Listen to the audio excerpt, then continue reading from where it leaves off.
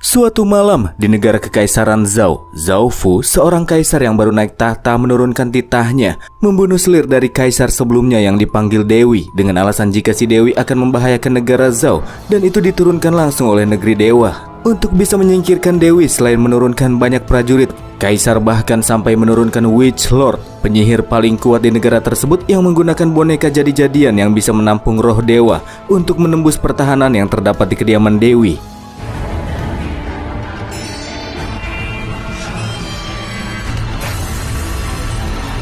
Hanya saja setelah berhasil menembus pertahanan dan masuk ke kediaman Dewi, si Dewi menghilang tanpa meninggalkan sedikit pun jejak.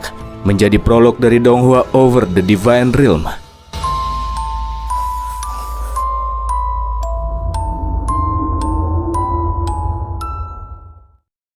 20 hari semenjak insiden tersebut, terjadi hal mengerikan. Para prajurit yang ikut terlibat dalam pengepungan Dewi mati bergilir secara misterius, sehingga negara Zhao mulai mendatangkan para ahli dari luar untuk mengurus situasi. Di antaranya ada Ning Jishui, seorang Daois yang datang bersama dua muridnya, Ning Changjiu dan Ning Xiaoling. Setelah memasuki area pemukiman prajurit yang terlihat tak memiliki kehidupan, mereka ketemu sama orang-orang yang lagi gotong keranda. Ketika melihat sebentar mayat dalam keranda tersebut, dari atributnya Jisui sadar jika itu adalah mayat seorang ahli yang mati dalam keadaan tak lazim dengan kulitnya yang sudah berubah warna. Terlebih bukan cuma satu, ternyata ada cukup banyak orang yang mati di sana. Pas Xiaoling goda-godain kakak seperguruannya, tak berselang lama muncul Menteri Song yang datang memberikan sambutan dan mengajak para tamu untuk melakukan tugas mereka, yakni mengusir iblis di kediaman seorang jenderal.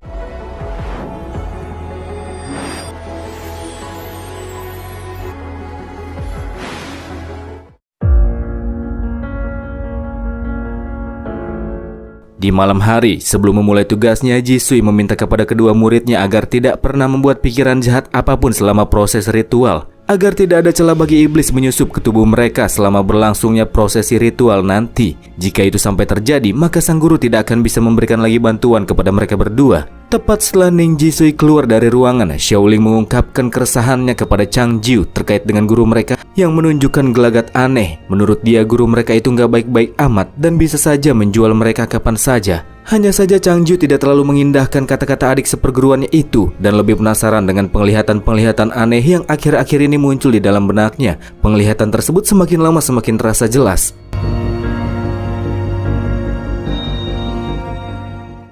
Pas malam semakin larut, Menteri Song bersama beberapa pengawalnya kemudian membawa Jisui dan murid-muridnya pergi ke kediaman Jenderal Wang Yangyu, seorang jenderal yang beberapa hari lalu meninggal secara mendadak dan mayatnya menghilang setelah terbakar api misterius yang gak bisa padam.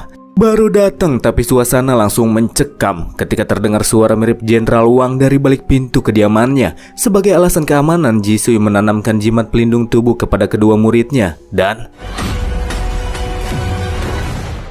ketika masuk ke dalam kediaman sang jenderal, mereka dipertemukan dengan sebuah patung setinggi 4 meter yang bisa bergerak dan mulai melakukan penyerangan. Untuk memberikan perlawanan, Jisui menggunakan taring besi perunggu, senjata spiritual yang berbentuk bola-bola emas terbang. Sayangnya itu nggak berguna buat patung besar tersebut yang sama sekali nggak bisa dirusak dan bisa menghempaskan bola emas Jisui sampai membuatnya hancur. Sementara sang guru melanjutkan pertarungan Menteri Song sama muridnya, Jisui mencari tempat berlindung yang aman di dalam ruangan. Tapi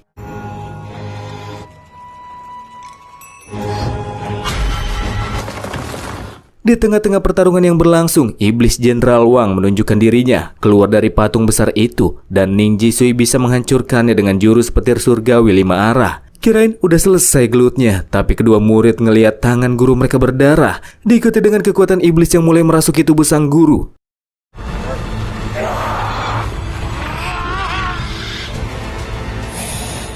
Supaya nggak dilahap oleh kekuatan gelap tersebut, Jisui menarik kedua muridnya yang pengen kabur menggunakan jimat pelindung yang dia tanam di tubuh mereka sebelumnya. Jisui akan menggunakannya sebagai tumbal, mengalirkan energi iblis ke dalam tubuh keduanya.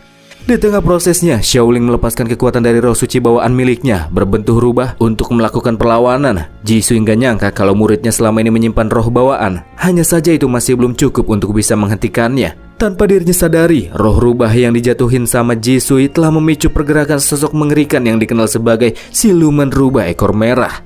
Energi jahat yang masuk ke dalam tubuh kedua tumbal kemudian disegel. Changjiu mati, sementara Xiaoling masih bisa bertahan. Ritual pembersihan sudah selesai. Jisui minta Menteri Song buat bersih-bersihin sisa-sisa perang. Tapi tiba-tiba dua lengan iblis muncul dari perut Jisui berusaha membunuhnya dan mengambil alih tubuhnya. Menteri Song yang ngeri langsung cabut dari ruangan. Di saat itu pula sebuah jiwa yang terbang dari tempat tak dikenal masuk ke dalam tubuh Ning Changjiu yang mestinya akan segera mati. Jiwa tersebut milik seorang kultivator yang juga bernama Ning Changjiu yang punya nasib cukup serupa, mati di tangan gurunya. Setelah Changjiu kembali membuka matanya dan menjadi orang yang berbeda, dia memenggal kepala Jisui lalu memasang segel kata di dahi Xiaoling.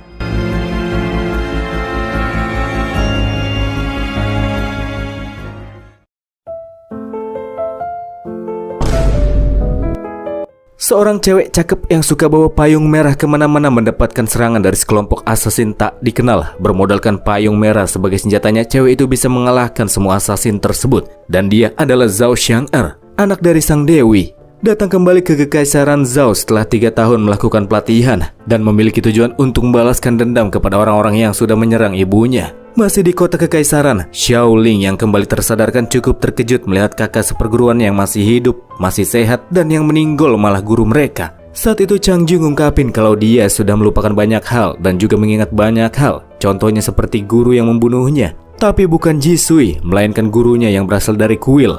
Melihat sikap si kakak seperguruan yang dingin dan punya banyak kata-kata bijak, Xiaoling langsung sadar jika Changjiu di depannya bukan lagi kakak seperguruan yang dia kenali. Changjiu tidak menyangkalnya. Tapi yang pasti dia merasa punya ikatan sama Xiaoling dan akan tetap menganggapnya sebagai adik seperguruan yang harus dia jaga. Dikatakan bahwa di luar negeri dewa, orang yang sudah mati tidak bisa hidup kembali. Dan sekarang Changjiu merasa penasaran kenapa dia bisa kembali hidup di luar negeri dewa. Lebih tepatnya di kota Kekaisaran Zhao. Dia yakin terdapat alasan di balik kebangkitannya, serta siapakah sebenarnya dirinya yang sekarang. Changjiu juga ngerasa ada yang aneh di Kekaisaran Zhao ini. Banyak orang yang mati di kota, hanya saja jiwa mereka pergi entah kemana. Di saat yang sama dia juga bisa merasakan ada lagi seorang yang baru saja mati. Ini menjadi alasan kenapa dia harus tetap tinggal di Kekaisaran Zhao. Keesokan harinya, Menteri Song memberikan uang imbalan pengusiran iblis buat Changjiu dan Xiaoling. Sekalian menyuruh mereka untuk segera keluar dari Zhao. Mengungkapkan jika saat itu kota sedang dilanda kepanikan dan pihak istana telah mengutus orang pergi ke dunia luar untuk mencari ahli tersembunyi. Sudah setengah bulan berlalu namun belum ada hasilnya. Karena nggak ada ahli lain yang bisa direkrut, Changjiu nawarin diri buat meredam situasi. Awalnya Menteri Song gak tertarik sama dia, tapi sang menteri mulai penasaran pas Changjiu bilang kalau dia bisa merasakan ada satu orang lagi yang mati tadi malam. Dan baginya bisa merasakan kematian seseorang adalah kemampuan yang sepele. Keduanya kemudian dibawa ke kediaman jenderal muda yang mati semalam. Di dahi jasad terdapat tanda tak dikenal. Kata Tuan Song, semua jasad yang mati secara misterius akan meninggalkan tanda yang sama di dahi mereka. Hal ini semakin meyakinkan Changjiu bahwa ada sesuatu yang gak beres di tempat itu. Tak berselang lama datang pula Witch Lord, si tuan penyihir yang keluar dari pertapaan dan ngerasa kalau kematian jenderal muda tersebut sangat aneh. Berpikir jika itu merupakan perbuatan siluman.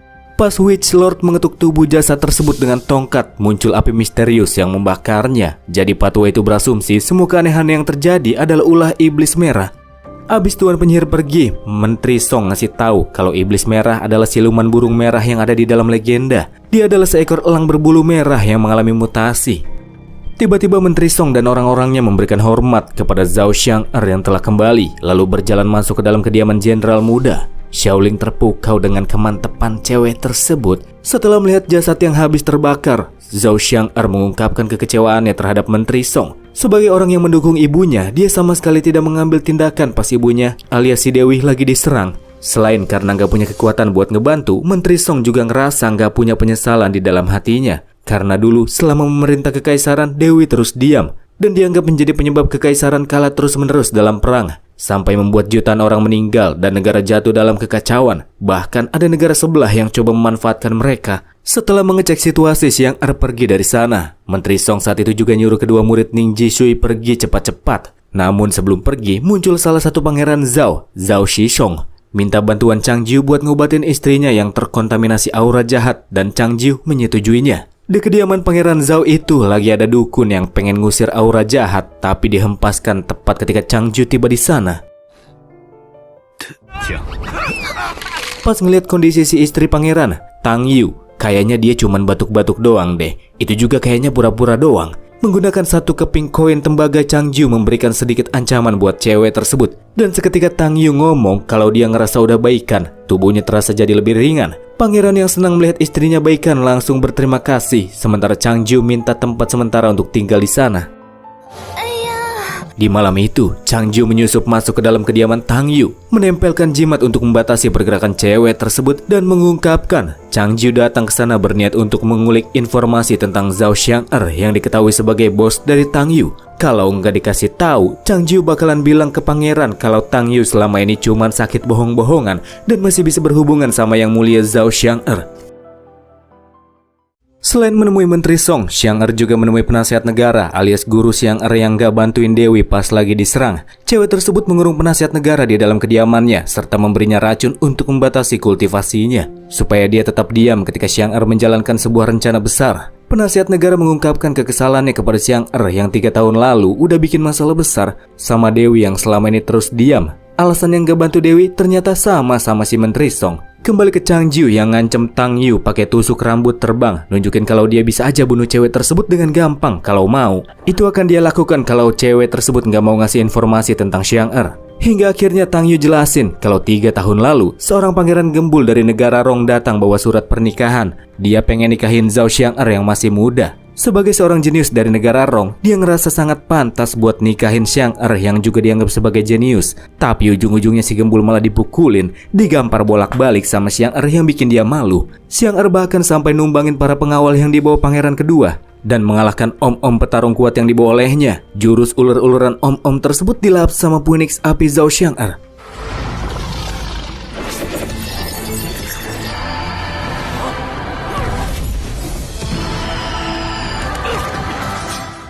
Meskipun begitu, negara Rong terus mengancam dengan pernikahan dan akhirnya Dewi menyuruh anaknya untuk meninggalkan kota kekaisaran dan mengembara dunia. Karena nggak mau mengkhianati bosnya, Tang Yu cuman pengen cerita sampai di situ aja. Dia juga terlihat udah nyiapin ancang-ancang serangan balik buat Chang Ju. Hanya saja Chang Ju udah tahu kalau cewek itu lagi siapin sebuah formasi. Dia bisa menghentikannya kapan saja. Tapi karena pengen ngelihat kemampuan Tang Yu, Chang Ju sengaja lepasin jimat di punggungnya. Tang Yu kemudian mengaktifkan formasi, menerbangkan senjata-senjata rahasia di sekitar ruangan, mengelilingi Chang Ju yang dibuat nggak bisa lari kemana-mana kalau nggak mau terluka.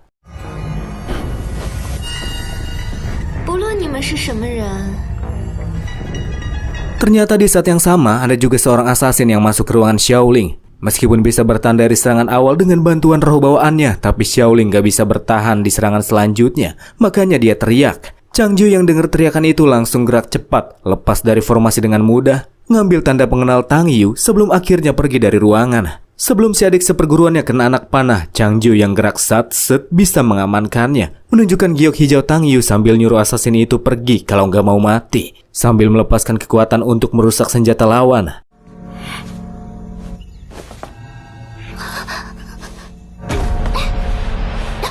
Karena dianggap cukup berbahaya dan bisa merusak rencana besar yang telah dibangun, Tang Yu menuliskan sebuah surat peringatan yang dikirimkan dengan burung merah teruntuk Zhao Xiang'er. Dan kebetulan hal itu diketahui sama suaminya. Sementara itu, abis mendapatkan penyerangan, Xiaoling ngajakin kakak seperguruannya buat pergi dari kekaisaran Zhao yang dianggap berbahaya. Xiaoling boleh saja pergi, hanya saja Chang Ju akan tetap tinggal untuk mencari tahu alasan dari kebangkitannya. Dia juga ingin menyatukan pecahan-pecahan ingatannya yang muncul secara bertahap di dalam benaknya, berharap itu bisa membuat teka-teki kehidupannya bisa terpecahkan. Karena ingin membantu, pada akhirnya Xiaoling juga memilih untuk tetap tinggal bersama si kakak seperguruan yang berjanji buat jagain dia. Burung merah pembawa informasi masuk ke dalam kediaman penasihat negara yang dilindungi oleh barir, bikin para pengejar yang dikirim sama pangeran gagal menghentikannya. Informasi untuk terus waspada terhadap Chang Ju yang bukan orang biasa pun diterima sama Zhao Xiang'er dengan baik. Di sisi lain, Pangeran Zhao gak nyangka kalau istrinya masih berhubungan sama mantan bosnya. Padahal selama ini dari awal Tang Yu gak pernah hianatin bosnya itu, dan keduanya terus berbagi informasi. Tak lama setelahnya burung merah pengirim informasi datang kembali. Pangeran Sisong juga mengetahui jika burung tersebut adalah si Iblis Merah yang mengambil ancang-ancang untuk menyerangnya.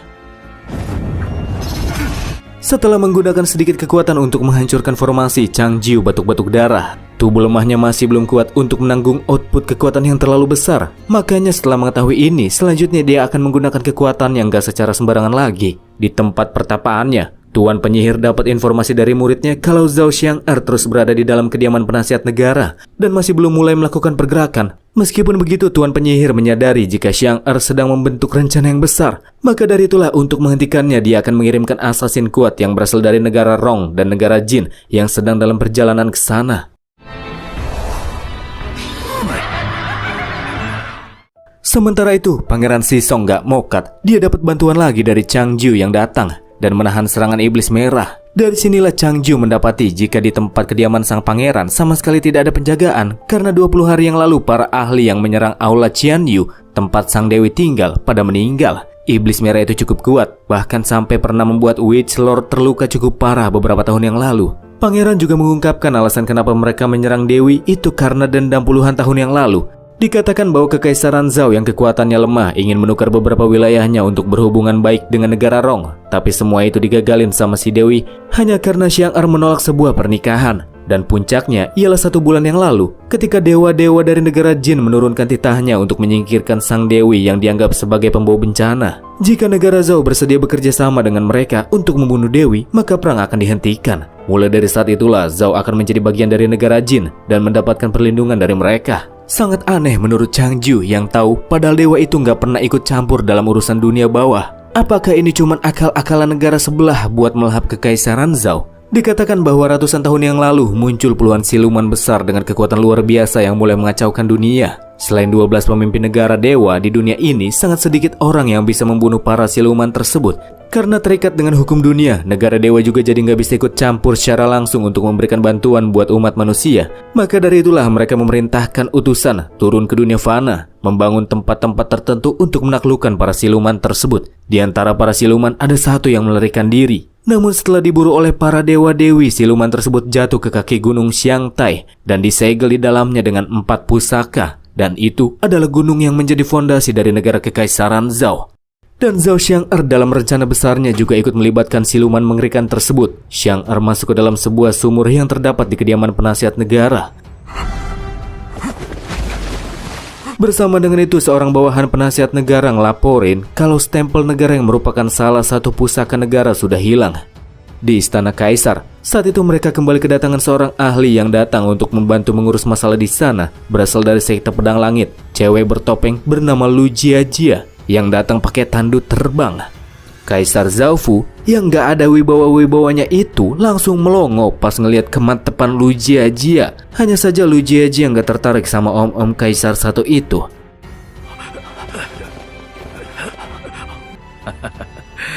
Kembali ke Xiang-er, setelah masuk ke dalam sumur dan berenang semakin dalam, akhirnya dia tiba di istana bawah tanah, tempat di mana seekor siluman kuat terseger di dalamnya, rubah ekor merah.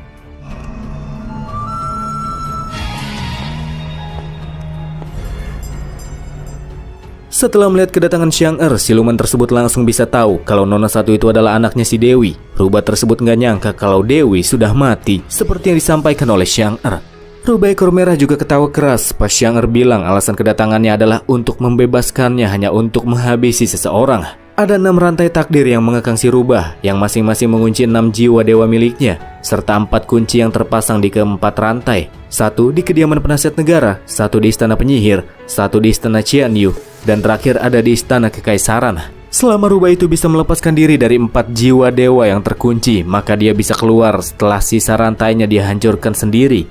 Cara yang sangat berbahaya, karena setelah menyelesaikan tugas dari Xiang-er, terdapat kemungkinan besar siluman rubah ekor merah akan kembali mengacaukan dunia. Di istana kekaisaran, atas arahan Zhao Xiang-er, iblis merah juga mulai menyebabkan kegaduhan sebagai pengalih perhatian. Prajurit yang berjaga di sekitar istana langsung fokus buat nyelamatin kaisar.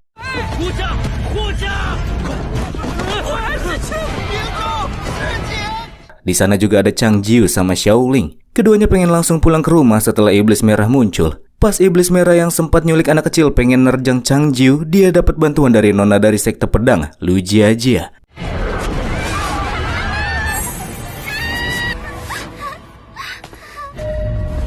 Burung merah itu punya dendam pribadi sama Changju, namun sayangnya dia nggak bisa pergi kemana-mana sebab ada Lu Jiajia yang mesti dia lewatin terlebih dahulu. Pada akhirnya pertarungan di antara mereka berdua pun terjadi. Dari arah lain, Xiaoling yang nonton perbakuhan taman tersebut begitu terpukau sama Jiajia yang kuat dan elegan. Makanya kultivasi yang rajin, biar kayak nona kuat itu, kata Chang Jiu. Asalkan tidak mengambil jalan yang sesat, Chang Jiu yakin kalau adik seperguruannya itu bisa mencapai kesempurnaan. Sekalipun nantinya Xiaoling memilih jalan sesat, Chang Jiu akan membantunya membunuh iblis di dalam dirinya lalu menyelamatkannya. Pas MC ngucapin itu, tiba-tiba mata Xiaoling memerah. Tangan kirinya yang hilang kendali pengen nyerang Chang Jiu, tapi serangan itu bisa ditahan, bahkan dinetralin sama MC seakan nggak terjadi apa-apa barusan. Dan Chang Jiu langsung ngajakin adik seperguruannya pulang ke rumah kediaman mereka. 还是早些回去吧。 Di istana bawah tanah, Zhao Xiang'er memberikan stempel negara yang diambil dari kediaman penasihat negara kepada rubah ekor merah. Setelah menelannya, dia berhasil membebaskan satu jiwanya yang tersegel. Payung yang dibawa sama Xiang'er juga merupakan salah satu kunci milik istana Qianyu. Kunci ketiga adalah gulungan kuno di tangan Witch Lord, Tuan Penyihir. Setelah membunuh Tuan Penyihir dan menelan gulungan kuno, Xiang'er akan memberikan payung merah miliknya buat si rubah. Meskipun berbahaya, Xiang'er nggak takut dibunuh sama siluman di depannya, sebab stempel yang baru saja ditelan sama dia mewakili nasib negara Zhao. Kelak, jika si rubah melakukan hal yang merugikan nasib negara Zhao, maka dia akan menerima balasan ribuan kali lipat. Kunci-kunci itu ternyata menyimpan kutukan yang membatasi rubah ekor merah. Kalau dia bunuh Xiang'er yang merupakan kunci dari negara Zhao, maka kutukan itu akan bekerja. Ternyata nona satu ini nggak asal-asalan bebasin rubah ekor merah dan punya caranya tersendiri. Kembali ke pertarungan, di tengah adu serangan balik yang dilancarkan oleh kedua pihak, Jia mendapati jika kekuatan iblis merah itu dibatasi oleh segel yang tertanam di tubuhnya. Itu menjadi alasan kenapa Lu Jia bisa bersanding berhadapan dengan iblis merah yang mestinya jauh lebih kuat dari dia. Lagi enak-enak gelut, tahu-tahu datang si Tuan Penyihir yang ikut campur. Dia datang karena pengen balas dendam sama iblis merah yang dahulu udah bikin dia terluka. Tuan Penyihir menurunkan petir buat musuh menggunakan gulungan pusaka yang merupakan salah satu kunci penyegel siluman rubah ekor merah. Karena Jia juga nggak mau lepasin siluman rubah iblis merah yang cukup kuat itu, pada akhirnya musuh harus berhadapan dengan dua orang sekaligus. Menggunakan pedang terbangnya, Jia mendaratkan serangan berat sampai-sampai burung tersebut masuk ke dalam kolam air.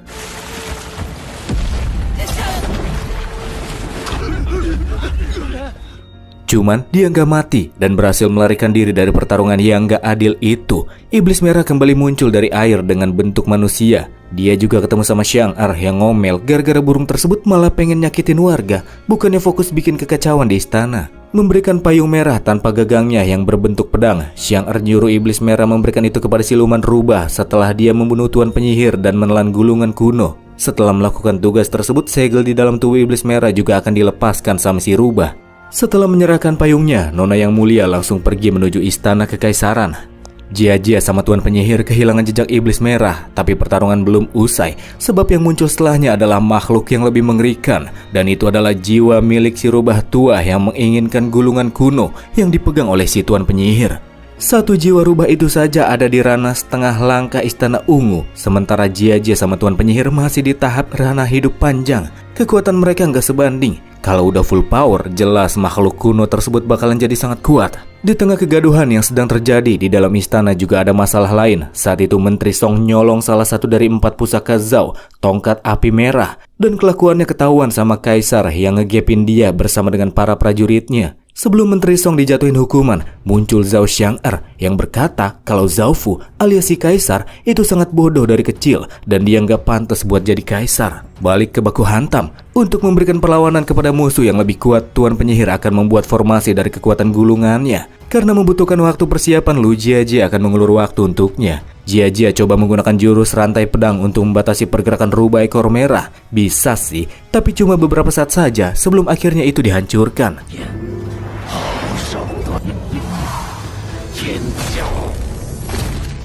Formasi akhirnya siap digunakan. Ini adalah formasi 5 menara dengan kekuatan yang bersumber dari 5 bangunan utama di kota kekaisaran. Mestinya formasi ini cukup untuk mengekang satu jiwa si rubah sebelum akhirnya Tuan Penyihir sadar jika formasi tersebut tidak lengkap karena Aula Qianyu yang merupakan bangunan tempat tinggal Dewi telah dihancurkan sebelumnya. Balik ke Menteri Song yang kini telah kembali berbalik mendukung Zhao Xiang'er. Dari pertemuan terakhir kali di antara mereka, si menteri jadi sadar kalau dia telah mempercayai fitnah yang menyebar dan membuatnya diam ketika Dewi menerima pengepungan. Tapi sekarang dia sangat yakin hanya Zhao Xiang'er lah sosok yang bisa menyelamatkan kekaisaran Zhao ini. Seseorang yang mengutamakan rakyat di atas segalanya. Kaisar mulai kepanikan, sadar jika dia pengen dikudeta. Bersama dengan itu, setelah formasi gagal menekan rubah tua, pada akhirnya Tuan Penyihir pun mati kena serangan dua elemen yang digunakan sama musuh. Pada awalnya si rubah ragu membunuh Tuan Penyihir, takut kutukan pembalasan seperti yang diucapkan Xiang sebelumnya bisa aktif dan membuatnya terluka parah setelah mengalami serangan balik. Namun setelah melihatnya secara langsung, si rubah jadi nggak ragu lagi membunuhnya, karena dia bisa melihat jika si Tuan Penyihir udah nggak setia lagi sama kekaisaran Zhao. Dia adalah pengkhianat yang pengen jual negaranya sendiri. Setelah membunuh Pak Tua tersebut, rubah ekor merah sekalian mengambil alih kendali tubuhnya yang udah jadi mayat, sebelum akhirnya menelan gulungan kuno untuk membangkitkan kembali satu jiwanya.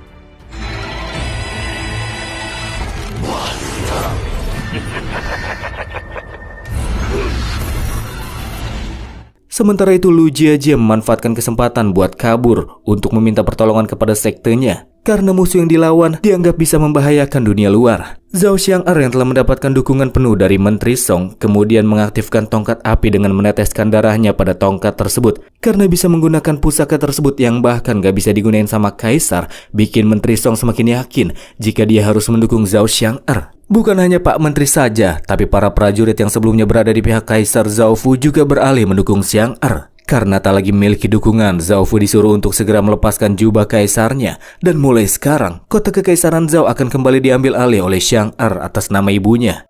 Di rumahnya, setelah mendapatkan beberapa pecahan ingatan lainnya, Changjiu menceritakan kisah tentang seorang pendeta kepada Xiaoling. Cerita itu diambil dari sekumpulan ingatan Ning Changjiu di negeri dewa. Dulu di sebuah gunung terdapat sebuah kuil. Ada juga 7 murid di dalam kuil tersebut. Murid yang paling kecil sering disuruh-suruh sama para seniornya, kayak ngambil air sambil lewatin obstacle. Itu semua menjadi bagian dari latihannya.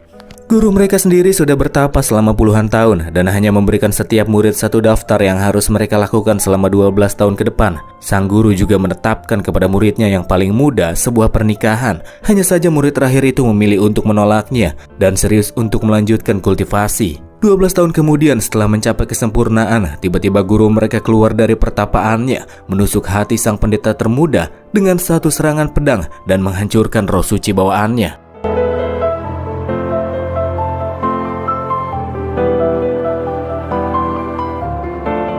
Kembali ke Jiajie yang pengen kabur, tapi rubah tua tak membiarkannya begitu saja. Dia bisa mengejarnya dengan mudah, melakukan beberapa serangan kepadanya. Yang paling fatal ialah ketika musuh menggunakan serangan pedang terbang, sama seperti Jiajie untuk membuktikan dominasinya.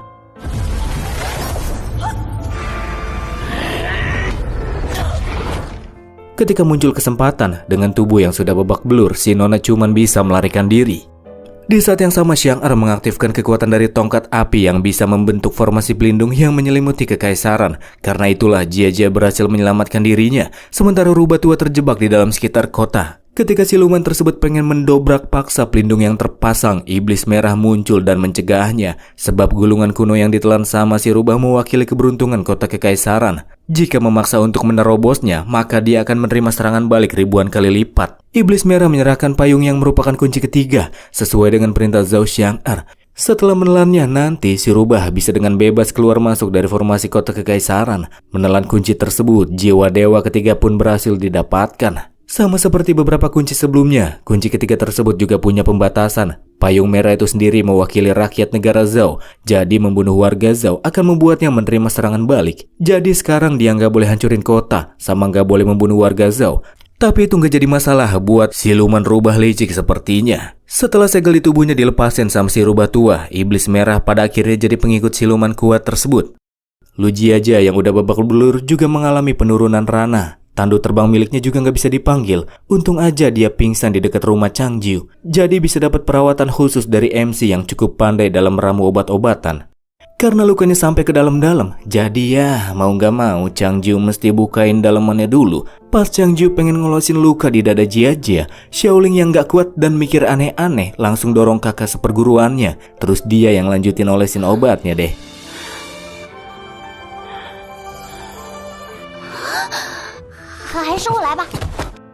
Ceritanya setelah tersadarkan, Lu Jiajie ngerasa waspada pas ngeliat bajunya udah dipelorotin.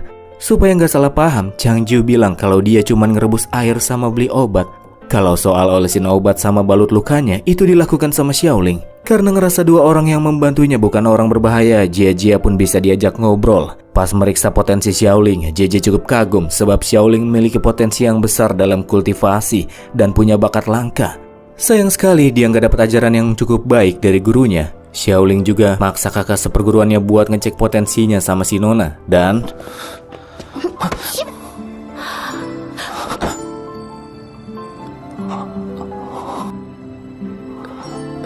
langsung kokop aja nggak sih? Pas dicek si Nona jadi tahu kalau saluran energi Changju tersumbat dan titik meridiannya menyempit. Untung-untung dia masih bisa berkultivasi sampai ranah misterius. Intinya ampaslah dia ini. Meskipun begitu Changju nampak nggak merasa risau. Karena sudah membantu, keduanya dapat tawaran dari Jia menjadi muridnya dan menjadi bagian dari sekte Dewa Pedang Langit. Xiaoling sangat tertarik. Hanya saja Changju langsung ngalihin ke obrolan lain.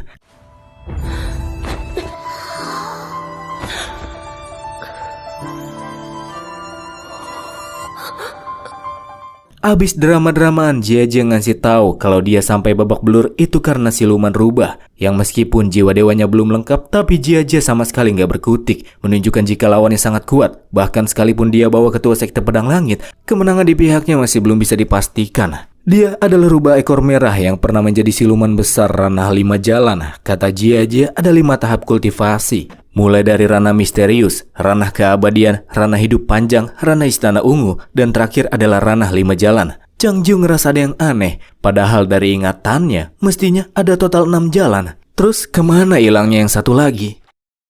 Rubah ekor merah yang ingin mendapatkan kunci keempatnya beralih ke istana kekaisaran. Para prajurit yang melihat ada yang aneh pada Tuan Penyihir kemudian melepaskan hujan anak panah. Tapi itu nggak berguna, semuanya bisa dihalau sama musuh. Dan musuh menerobos barisan NPC itu dengan begitu gampang. Si rubah sempat merasa ngeri pas ngeliat Phoenix api. Hanya saja itu bukan yang asli dan cuman terbentuk dari kekuatan Xiang-Er ditambah tongkat api sebagai alat kendalinya. Xiang-Er juga melepaskan formasi pelindung di sekitar istana, membuatnya aman dari jangkauan lawan, memaksa rubah ekor merah berhadapan dengan Phoenix api di udara. Ketika Phoenix api menerima serangan dari musuh, Xiang-Er juga nampak ikut terluka karenanya. Buat memberikan damage sebesar kepada musuh, pada akhirnya Xiang-Er memutuskan buat meledakkan Phoenix api di langit.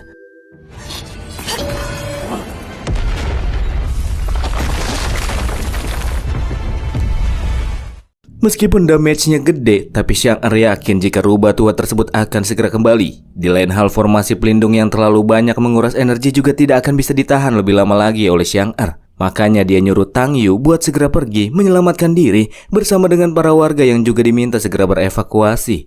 Si rubah jatuh ke kota tanpa penghuni. Selain tangannya copot, ranahnya juga sudah merosot ke tingkat 5 ranah istana ungu setelah menerima ledakan. Karena tubuh yang dia pakai sekarang sudah rusak, dia akan mencari tubuh pengganti sebelum kembali menjalankan aksinya. Tak jauh dari sana ada asasin dari negara Jin dan sepasang lagi dari negara Rong, serta murid Tuan Penyihir yang lagi nungguin gurunya yang pergi dan belum balik-balik. Tuan Penyihir juga belum ngasih instruksi lebih lanjut, makanya mereka cuma bisa menunggu sambil mengeluh. Pas asasin negara Jin ngoceh-ngoceh, mukanya tiba-tiba kebelah jadi 2 dan dia mati. Dan yang melakukannya adalah Witch Lord. Mereka semua yang ada di sana pada nggak tahu kalau tubuh si Tuan Penyihir udah diambil alih sama siluman yang mengerikan. Murid Tuan Penyihir berasal dari Zhao, makanya nggak dibunuh. Tapi 2 asasin dari negara Rong itu lain cerita.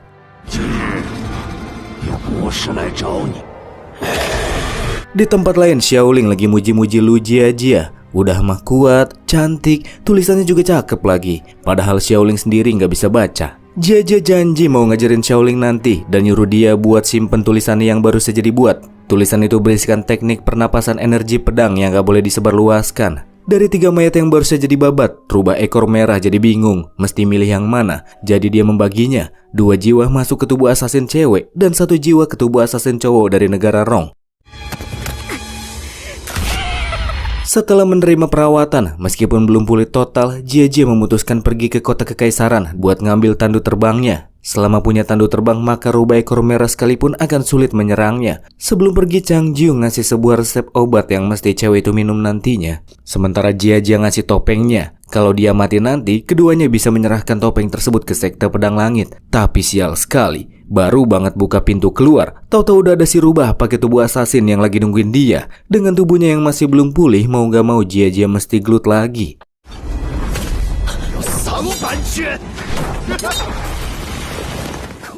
Walaupun cuma pakai 1 jiwa, tapi Jia masih belum bisa memberikan perlawanan yang berarti buat musuhnya. Terlebih, dia merasa ada yang aneh sama musuh yang sekarang sudah seakan sangat mengerti tentang teknik berpedang miliknya. Abis ngadu pedang-pedangan, lehernya dicokot, bikin cewek itu nggak bisa kemana-mana dan akan segera mati jika terus dibiarkan. Pada momen tersebut, Jia mengingat tentang masa lalunya yang menjadi korban anak KDRT gara-gara orang tuanya, lebih tepatnya bapaknya sih, sering mabuk-mabukan dan kesel karena Jia terlahir sebagai anak perempuan. Jia yang udah lemes ngelepas pedangnya, tapi pedang yang harusnya jatuh ke permukaan itu diambil oleh seorang pria bercadar, datang memberikan bantuan dan memotong lengan kiri musuh. Sangat misterius, sebenarnya siapa pria ini? Hanya saja musuh bisa kembali menumbuhkan tangannya yang baru saja terputus. Memang bukan orang. Pria misterius itu kemudian minta Jia pergi dari sana, sementara dia sendiri akan tinggal dan berhadapan dengan musuh. Dan akhirnya pertarungan pun kembali terjadi. Pria bercadar terlihat lebih aktif bertahan daripada melakukan serangan kepada lawannya. Musuh juga nampak terlihat ingin meninggalkan pertarungan dan mencoba menargetkan Jia yang pengen kabur. Namun aksinya selalu digagalkan oleh si pria bercadar yang datang untuk menahan serangannya.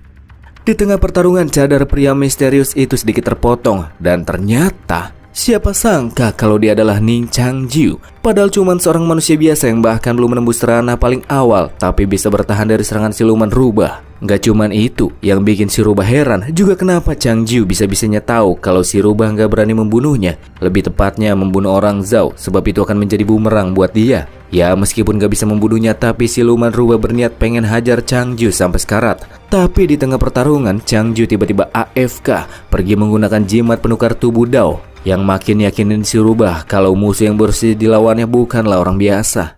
Di sisi lain, Jia ketemu sama Zhao Xiang'er yang lagi patroli, naik Phoenix Api dan nyuruh dia buat pergi secepat mungkin. Bersama dengan itu, Jia juga berhasil kembali menemukan tandu terbangnya. Dia menjatuhkan resep obat yang diberikan sama Changjiu sebelumnya, dan pas ngeliat isinya, di antara barisan kalimat bahan obat ada peringatan yang ditulis oleh Changjiu yang nyuruh cewek itu buat hati-hati sama Xiaoling. Baru juga baca peringatan tersebut, tapi tahu-tahu orangnya malah muncul dan cukup membuat Jia dibuat terkejut. Xiaoling datang ke sana dengan alasan kalau dia keluar rumah buat nyari kakak seperguruannya dan malah gak sengaja ketemu sama si Nona lagi. Xiaoling ngajakin Jia nyari Changjiu bareng-bareng sama dia. Setelah membaca peringatan, walaupun gak tahu alasannya, Jia jadi bersikap lebih berhati-hati kepada Xiaoling. Dia nolak ajakan Xiaoling dan menyuruhnya buat pulang saja. Saat itu Xiaoling mulai ngajak yang aneh-aneh, kayak minta dibawa ke dalam istana kekaisaran. Bahkan anak yang imut itu sampai menunjukkan wajah yang mengerikan. Untungnya sebelum terjadi hal-hal yang kurang mengenakan, Changjiu datang mengaktifkan segel di kepala Xiaoling untuk membuatnya kembali tenang dan langsung menariknya pulang ke rumah. Pas ngeliat Changjiu dari samping, Jia sadar jika pria misterius yang sempat bantu dia adalah Changjiu. Hal ini bikin si nona satu ini makin ngerasa penasaran sama identitas MC. Di tempat lain, muncul fluktuasi energi yang dirasakan sama Xiang'er yang lagi patroli. Dan ternyata itu berasal dari siluman rubah. Dan pada akhirnya mereka pun kembali bertemu. Karena kunci terakhir yakni tongkat api ada di tangan Xiang'er, siluman rubah akan coba mengambil dari tangannya. Tapi sebelum itu, baku hantam dulu. Siluman rubah sangat sombong, berkata bahwa sekarang di kota kekaisaran ini sama sekali tidak ada orang yang mampu menghentikan dirinya. Akan tetapi Zhao Xiang'er datang bukan tanpa rencana. Dia bertarung menggunakan pedang dari gagang payung merah dan bersatu dengan Phoenix Api, secara paksa membuatnya menerobos sampai ke ranah Istana Ungu. Sebenarnya akan ada timbal balik jika menggunakan cara tersebut, tapi Xiang'er nggak peduli. Dia akan menanggung semuanya di akhir. Metode tersebut cukup efektif dan terbukti sampai bikin musuh kesusahan dibuatnya.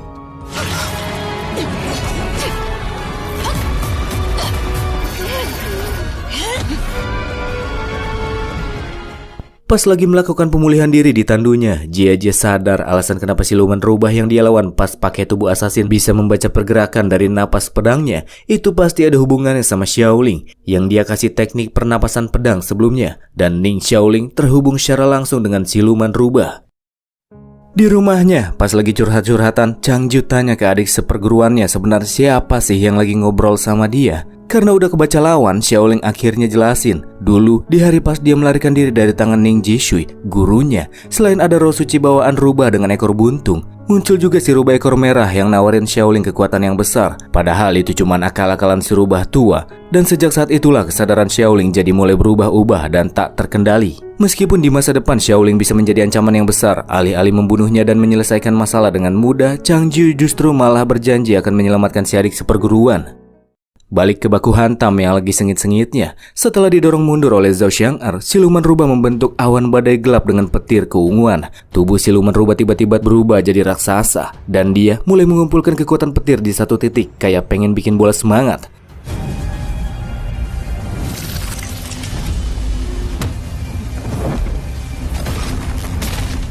Sadar jika musuh pengen melepaskan serangan yang cukup bombastis, Xiang'er mendekatkan diri ke arah formasi pelindung, dan pas musuh lepasin serangannya, formasi yang melindungi kota menghilang. Xiang'er bisa menghindar dari serangan tersebut, yang pada akhirnya malah mengenai sebuah bangunan di dalam kota. Gara-gara itulah siluman rubah jadi kena kutukan serangan balik. Dia harus merasakan sakit yang nyaris tak tertahankan. Seraya tubuh raksasanya yang mulai menciut jadi kebentuk semula. Dia cukup jengkel sama Zhao Xiang'er yang main licik dan pakai trik supaya si rubah jadi kena serangan balik. Pas musuh lagi lemah-lemahnya, Xiang'er menancapkan pedangnya ke tubuh musuh dari udara sampai terhempaskan ke permukaan.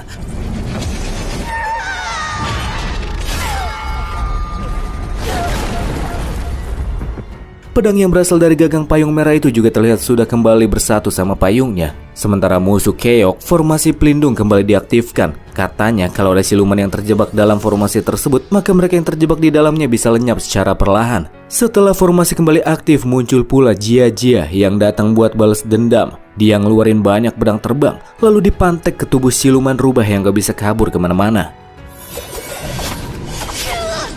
Pas jiwa dewa siluman rubah berusaha meninggalkan pelindung pedang Jia Jia, cewek tersebut ngerasa ada yang aneh. Mestinya kan jiwa yang dibuka sama musuh ada 3, tapi kok ini cuma 2? Taunya rubah ekor merah itu cukup pintar. Satu jiwa miliknya masih ada di tubuh asasin cowok yang menjauh dari pertarungan dan pergi ke istana bawah tanah. Rubah tersebut yakin kalau Zhao Xiang'er pasti nggak tahu kalau yang sebelumnya gelut sama dia itu cuma 2 jiwa dewanya saja. Bersama dengan itu, rubah tersebut mengirim jiwa ketiganya pergi ke istana kekaisaran, mengambil kunci keempat untuk membuka jiwanya, yakni tongkat api. Setelah menyerang Zhao Xiang'er yang ada di dalam ruangan, kemudian kunci keempat pun berhasil ditelan. Jiwa keempat yang baru saja lepas menghancurkan barir pedang Jia Jia sebelum akhirnya masuk ke dalam istana, sehingga 4 jiwa kini telah bersatu. Rubah ekor merah kini jauh lebih kuat dari sebelumnya.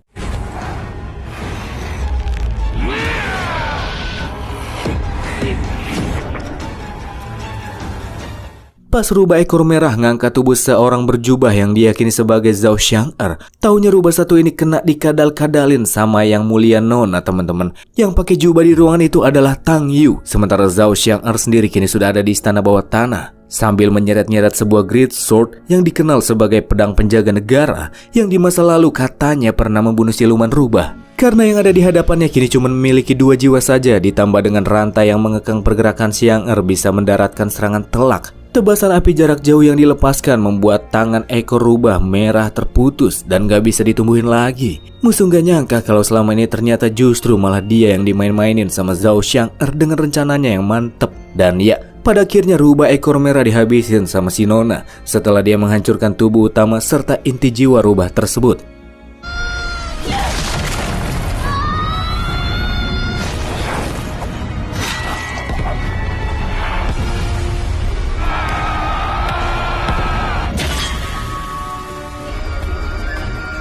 Di rumahnya Changju terlihat lagi bikin benang-benang spiritual yang diikat pada pohon. Changju menyebutnya sebagai benang pancing. Xiaoling tanya sebenarnya apa yang pengen dipancing sama kakak seperguruannya. Karena siluman rubah besar sudah kalah, selanjutnya dia akan menggunakan benang pancing tersebut untuk memancing rubah kecil yang sedang bersembunyi. Pas lagi mandi, Zhao Xiang'er didatengin sama Menteri Song yang memberikan laporan bahwa dia telah berhasil mengumpulkan pusaka-pusaka yang tersebar kemana-mana setelah siluman rubah dilenyapkan. Cuman masalahnya sampai sekarang dia masih belum bisa menemukan keberadaan Tang Yu yang menghilang saat terjadinya insiden penyerangan rubah ekor merah. Di lain hal, Zhao Xiang'er juga terlihat sedang membuka sebuah kotak tua. Di dalamnya berisikan sebuah surat pernikahan yang dahulu pernah diberikan oleh ibunya, di mana Xiang'er niatnya pengen dinikahin sama murid terakhir dari sebuah kuil.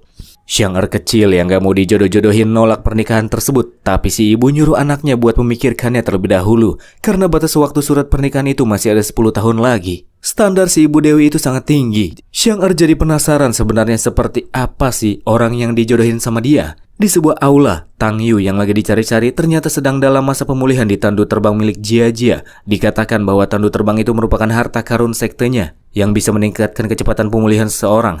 Lu Jiajie juga ngasih info buat Tang Yu yang baru saja tersadarkan jika pertempuran sudah berakhir dan Zhao Xiang'er sudah membunuh siluman rubah ekor merah. Tapi, menurut Jiajie, segalanya akan berbeda jika siluman rubah itu memiliki benih siluman, sebab benih siluman itu sama dengan jantung cadangan yang bisa membuatnya kembali terbangkitkan. Tapi nggak semudah itu. Siluman rubah yang mati bisa kembali terbangkitkan dengan syarat jika benih siluman itu harus ditanamkan ke tubuh seorang yang memiliki roh suci bawaan serupa dengannya. Dan itu sangatlah langka. Mendengar itu Tang Yu teringat, memang di Kekaisaran Zhao nggak ada yang kayak gitu. Tapi akhir-akhir ini ada orang dari luar Zhao yang masuk ke Kekaisaran dan dia memiliki roh suci bawaan langka. Siapa lagi orangnya kalau bukan Ning Xiaoling?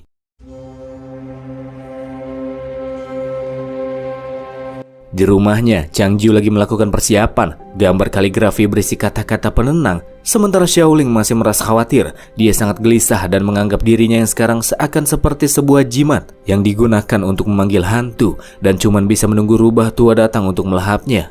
Tak lama kemudian, sisa pecahan jiwa terakhir rubah ekor merah yang berbentuk seperti ular pun datang. Xiaoling yang semakin ketakutan coba ditenangin sama Chang Ju yang juga nyuruh adik seperguruannya buat ngerelain sisa jiwa itu melekat kepadanya. Sementara sisanya akan diurus sama si kakak seperguruan. Sementara Xiaoling dilahap oleh sisa jiwa rubah, Tang Yu datang sama Jiajie menemui Yang Mulia Nona, memberikan kabar kemungkinan rubah ekor merah yang masih hidup karena makhluk licik itu sempat menanamkan benihnya pada orang dari luar Zhao. Adik seperguruan Ning Changjiu, Ning Xiaoling. Mendapatkan informasi tersebut, Zhao Xiang'er jadi merasa bodoh dan ceroboh karena sudah melewatkan sesuatu yang sangat penting kayak gitu. Kembali ke Xiaoling yang senyumannya sekarang jadi crispy. Sementara Changju penasaran sebenarnya siapakah yang sekarang ada di hadapannya. Apakah itu siluman rubah besar yang terkekang ratusan tahun di Kekaisaran, ataukah rubah kecil yang ekornya buntung merujuk pada roh bawaan suci Xiaoling? Sambil ngeluarin sebuah ekor, Xiaoling bilang kalau rubah tua itu sudah mati, sama seperti kakak seperguruannya yang juga akan segera mati. Dan ya, dia adalah rubah ekor buntung, tapi sekarang ekornya sudah tumbuh, rubah kecil yang belum memiliki nama. Pas pengen aktifin segel di kepala Xiaoling, rubah kecil menggagalkannya dengan ekor barunya yang begitu dia bangga-banggakan. Xiaoling kemudian bertransformasi menjadi manusia rubah dengan kekuatannya yang ada di ranah hidup panjang setelah menyerap sisa jiwa rubah tua. Kalau adu kekuatan, jelas Changju yang masih kayak manusia biasa nggak bakalan bisa menang lawan dia. Makanya MC melakukan persiapan sebelumnya. Jaring benang pancing pun diaktifkan untuk menjerat tubuh rubah kecil. Namun itu tidak berlangsung lama. Rubah kecil tersebut bisa melepaskan diri segera setelah kekuatannya meningkat. Satu hal yang Changju tidak ketahui, begitu terkena serangan, aura spiritual siluman rubah akan terpicu. Lalu kecepatan terobosan ranahnya akan semakin cepat. Makin diserang, makin kuat makhluk satu ini. Berniat menyegel si rubah, Changju mengaktifkan kaligrafi besar yang dibuat sebelumnya untuk membatasi pergerakan musuh, lalu menekan kepalanya demi membangkitkan kembali kesadaran Xiaoling yang asli. Tapi cara itu juga gagal. Si rubah kecil menghancurkan formasi yang dibuat dengan teriakan kerasnya, dan buat Changju, baru sebentar gelut tapi dia udah hampir kehabisan energi spiritual. Changju tiba-tiba hilang dari pandangan dan kembali muncul untuk mendaratkan kata ketenangan batin. Tapi itu nggak berguna dan justru Changju yang malah ketangkep sama rubah kecil dan kena pukul sama dia.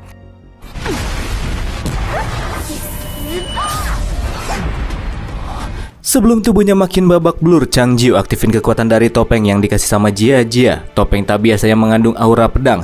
Rubah kecil gak nyangka kalau topeng itu merupakan harta karun yang mengandung kekuatan cukup untuk memberinya damage. Tapi ini juga jadi masalah. Gara-gara kena damage dari hujan bila pedang, rubah kecil anomali satu itu malah jadi tambah kuat lagi. Menggunakan jimat penukar tubuh buat menjauh dari musuh. Pada akhirnya mereka berdua main kejar-kejaran di kota yang terlihat sudah sangat sepi. Rubah kecil mengakui Changju yang padahal belum menembus ranah misterius, tapi dia masih bisa bertahan cukup lama. Si rubah yakin di kehidupan sebelumnya Changju pasti merupakan sosok yang hebat. Di tengah pertarungan di mana Changju cuma bisa bertahan, dia menarik pedang sembarang di jalan, menggunakannya untuk bertahan dari serangan rubah kecil. Sepanjang pertarungan, kesadaran asli Xiaoling juga terus membujuk si rubah kecil untuk melepaskan MC, tapi dia mengabaikannya. Di lain hal, rubah kecil berterima kasih karena Changju nggak bunuh Xiaoling dan membuatnya bisa terbangkitkan. Hanya saja seekor rubah nggak tahu cara berterima kasih yang benar, jadi dia bakalan tetap berniat membunuh Changju. Di tengah pertarungan muncul pedang Lu Jiajie, terbang dan nyaris menusuk rubah kecil, membuat makhluk tersebut sedikit gentar. Hanya saja bukan Jiajie yang mengendalikan pedang terbang tersebut, melainkan Changju. Dari kejauhan, Lu Jiajie bisa merasakan jika pedang miliknya yang sempat menghilang kembali muncul. Pedang tersebut berasal dari lokasi di mana benih siluman itu berada. Makanya Jia Jia berniat untuk langsung pergi ke TKP. Sementara Zhao Xiang'er akan menyusul setelah dia selesai melakukan persiapan. Pedang terbang Jia Jia menembus tubuh rubah kecil, tapi cuma sesaat sebelum akhirnya itu berhasil dihempaskan. Bersama dengan lukanya yang kembali pulih, rubah tersebut nggak nyangka kalau Chang Jiu juga masih memiliki kekuatan untuk mengendalikan pedang terbang. Sekali lagi Chang Jiu dihajar sampai batuk-batuk darah. Sementara rubah kecil seneng gara-gara serangan spiritual pedang terbang sebelumnya kini bikin dia naik ke puncak ranah hidup panjang. Dan cara siluman ini berterima kasih sama Chang Jiu yang bantuin dia naik ranah dengan cepat ialah mukulin MC dengan lebih barbar.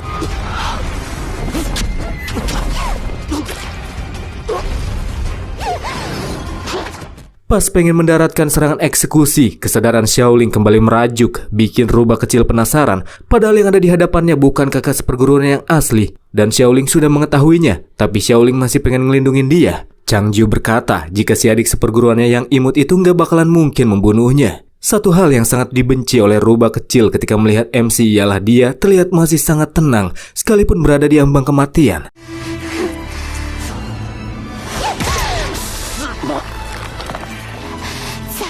Sebelum cakar panjang musuh menembus tubuh Chang Jiu semakin dalam, muncul Lu Jiajia yang datang sebagai bala bantuan. Si Nona heran sama Chang Jiu yang padahal udah tahu ada benih siluman di tubuh adik seperguruannya. Bukannya dibabat langsung, tapi malah dikasih makan. Ya, tentu saja itu karena Chang Jiu punya caranya sendiri. Pertarungan kembali berlanjut, sementara Lu Jiajia menahan rubah kecil di hadapannya. Chang Jiu mulai mempersiapkan sebuah formasi serangan. Dia membentuk lotus emas yang setelah siap formasi tersebut langsung ditembakkan ke arah target. Formasi sihir ini bukan digunakan untuk menyerang ternyata, ataupun membunuh, melainkan formasi penyeberangan jiwa.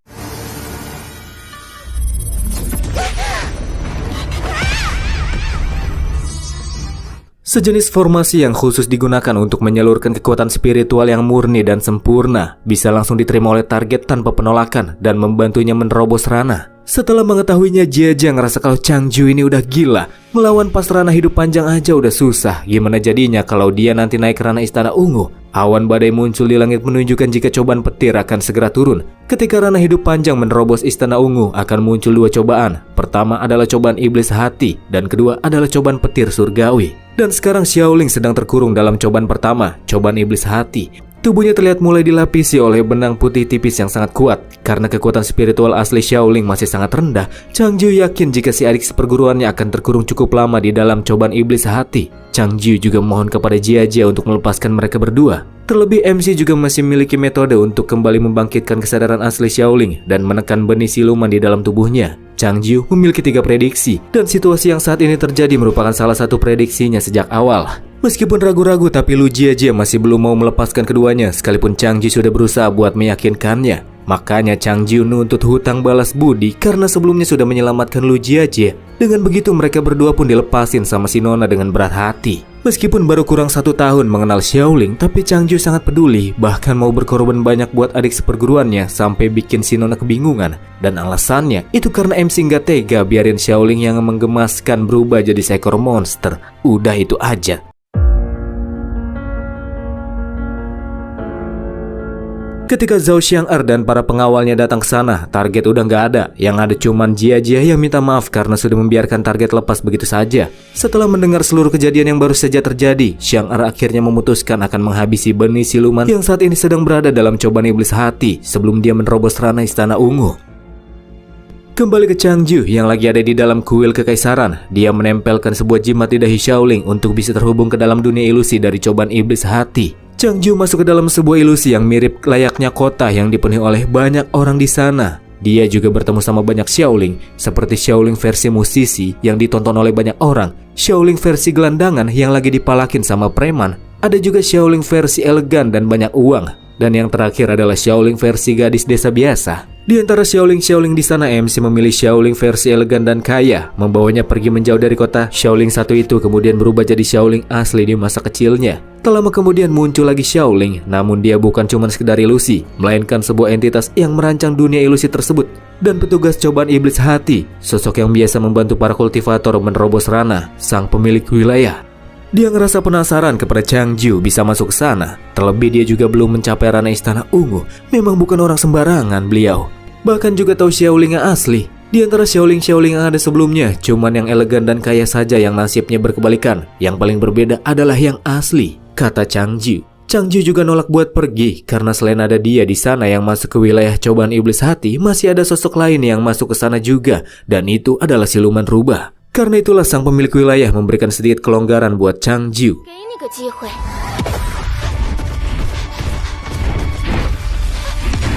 Di suatu malam, Xiaoling kecil nampak kabur dari kejaran monster hitam. Itu adalah siluman gunung. Pas masuk ke rumah, adiknya telah mati di tangan siluman tersebut, begitupun dengan kedua orang tuanya.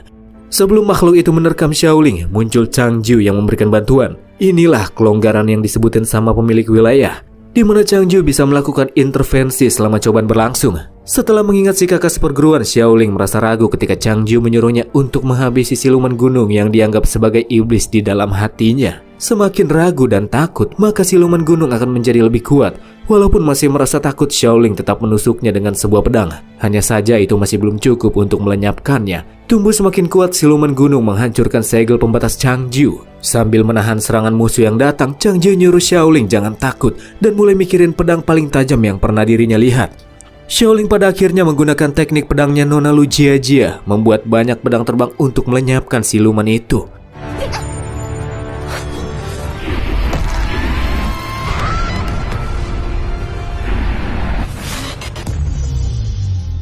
Karena cobaan iblis hati akan segera lenyap, Changju dan Xiaoling bergegas mencari siluman rubah di sana. Karena jika tidak, maka makhluk tersebut akan merebut kesadaran Xiaoling sepenuhnya. Setelah tiba di kota, Changju tahu kalau benih siluman rubah itu ada di antara para NPC di sana. Makanya dia mulai melenyapkan mereka satu persatu dengan pedang terbang.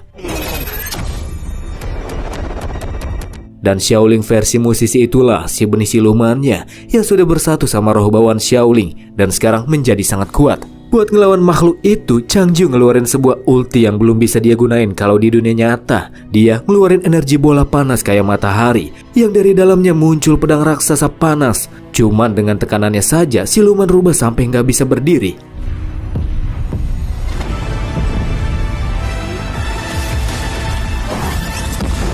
Di arah lain, sang pemilik wilayah kembali bertanya-tanya sebenarnya siapa Changju itu. Kalau dilihat dari ultinya sih, dia pasti pernah berada di atas ranah 5 jalan. Sebelum serangan ngeri itu mendarat dan meruntuhkan dunia tersebut, pemilik wilayah menghentikan aliran waktu di sana. Memang benih siluman gak bisa dihilangkan dengan mudah karena sudah menyatu dengan Xiaoling. Tapi sebagai gantinya, sang pemilik wilayah akan membiarkan makhluk itu tersegel, tertidur di dalam alam kesadaran Xiaoling.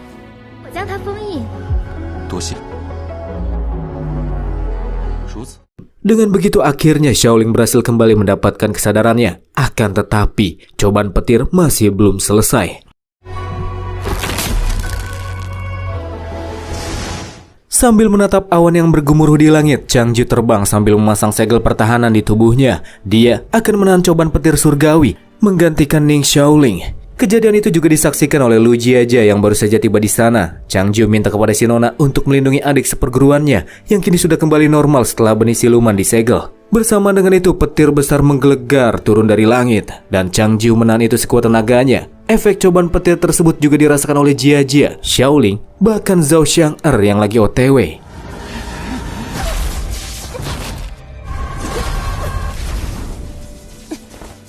Ada 2 cobaan petir. Setelah berhasil menahan yang pertama, Changju langsung batuk-batuk darah. Jia ngerasa kalau MC itu sudah gila. Padahal ranah misterius aja belum bisa dia terobos, tapi malah sok kuat pengen nahan cobaan petir. Dalam sejarah, ada banyak guru yang menghancurkan petir surgawi untuk muridnya. Dan itu jugalah yang ingin dilakukan sama Changju. Tapi karena nggak punya kekuatan yang cukup, dia cuma bisa nahan pakai tubuhnya sebagai tameng daging. Ngerasa respect sama MC, Jia berniat pengen nahan cobaan petir yang selanjutnya. Pas si Nona melepaskan beberapa serangan jarak jauh ke arah langit, serangan tersebut malah diserap oleh cobaan petir, dan petir besar nggak turun kayak sebelumnya. Saat itu Changju mulai menyadari jika cobaan petir tersebut memang diturunkan spesial buat dirinya, dan alasannya mungkin akan diketahui setelah menahannya sekali lagi.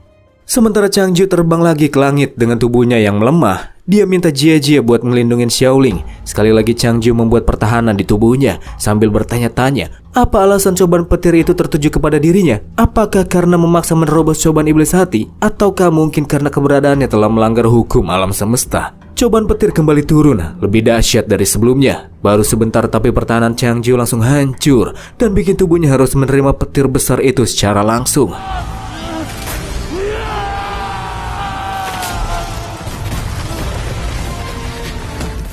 Untuk menghindari efek dari sisa petir yang turun ke permukaan, Jia membentuk barir pedang. Karena masih terlalu kuat dan fokusnya ikut terbagi buat nolongin Xiaoling, Jia jadi kesusahan. Untung aja ada yang mulia Nona yang datang bantuin pakai payung merahnya.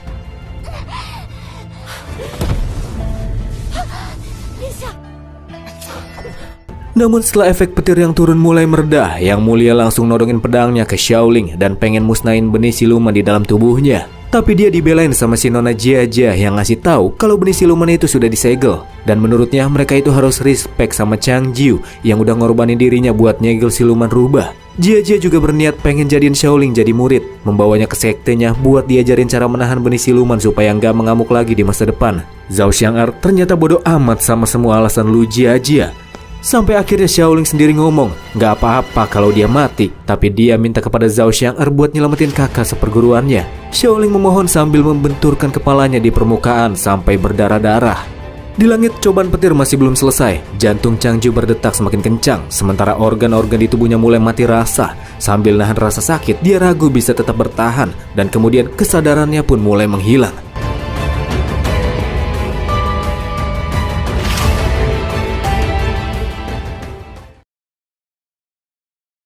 Pas buka mata, Chang Jiu masuk ke lautan kesadarannya, tempat di mana dia bertemu dengan dua Ning Chang Jiu yang turun dari langit. Yang satu Chang Jiu pemilik tubuh asli, dan satunya lagi adalah Chang Jiu dari masa lalu. Chang Jiu pemilik tubuh asli jelasin, pada malam penyerangan sebelumnya, jiwa miliknya nyaris hancur berkeping-keping. Kalau saja jiwa baru Chang Jiu nggak masuk ke tubuhnya, sejak saat itulah Chang Jiu asli bersemayam di dasar lautan kesadaran ini. Dan hari ini dia harus pergi dari tubuhnya setelah kena cobaan petir. Chang Jiu berharap kalau Chang Jiu bisa menjaga adik seperguruannya dengan baik, dan dia juga harus tetap hidup dengan baik. Sedangkan Chang Jiu dari masa lalu berkata, 3 jiwa dalam satu tubuh adalah pelanggaran hukum alam, menjadi alasan kenapa muncul cobaan petir. Chang Jiu dari masa lalu kemudian memperlihatkan perjalanan hidupnya dengan lebih jelas, mulai dari awal bergabung dengan kuil sampai dia terbunuh. Kalau dia Ning Chang Jiu dan yang satunya lagi adalah Ning Chang Jiu, lalu siapa aku? Tanya MC yang kebingungan. Kata Chang Jiu, aku adalah kau. Pendeta muda bodoh itu juga adalah kau. Dan mulai dari sekarang kau adalah kau. Dan sekarang kau hanyalah kau. Karena ini akan menjadi pertemuan pertama dan terakhir mereka, Chang Jiu dari masa lalu ngasih tahu Chang Jiu harus menemukan sang guru. Sebab akhir-akhir ini dia selalu mendapatkan penglihatan, dan itu adalah lautan bintang hitam tak berujung, di mana seluruh langit dipenuhi oleh bintang-bintang yang mati.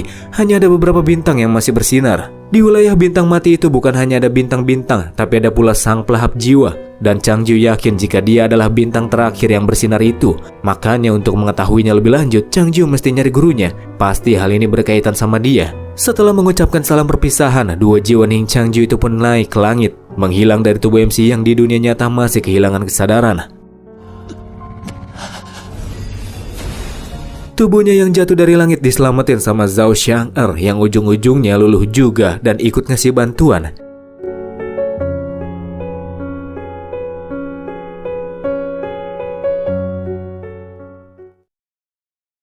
Setelah insiden tersebut, Chang Jiu yang udah dapat perawatan didatengin sama Zhao Xiang'er. Pas lagi ngigo, tahu-tahu MC malah nyebut nama Yang Mulia Nona sambil narik tangannya. Itu sempat bikin Yang Mulia Nona kaget.